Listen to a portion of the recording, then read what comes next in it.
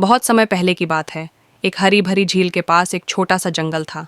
उसी जंगल में एक मेंढक रहता था जिसका नाम मोती था। मोती दिखने में बहुत ही साधारण था, बिल्कुल हरे रंग का, जैसे बाकी सारे मेंढक होते हैं। लेकिन मोती को हमेशा कुछ खास बनने की इच्छा थी। एक दिन तेज बारिश के बाद आकाश में एक सुंदर इंद्रधनुष निकला।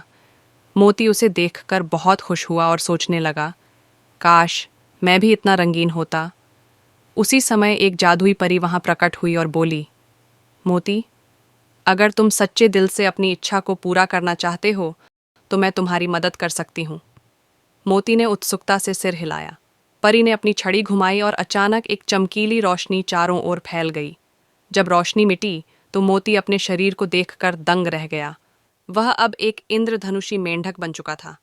उसका शरीर 7 रंगों में चमक रहा था, बिल्कुल इंद्रधनुष की तरह। नई पहचान, नई मुश्किलें। मोती बहुत खुश हुआ और जंगल में घूमने लगा। सभी जानवर उसे देखकर चकित थे। कुछ उसकी तारीफ कर रहे थे तो कुछ हंस रहे थे। लेकिन एक समस्या भी थी।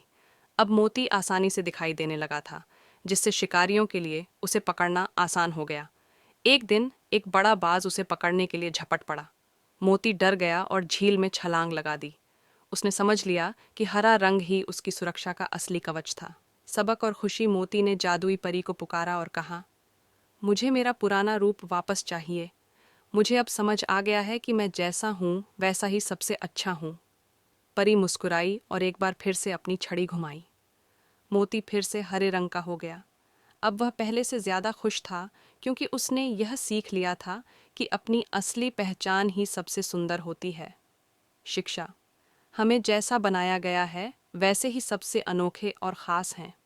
असली खुशी अपनी पहचान को स्वीकार करने में ही है।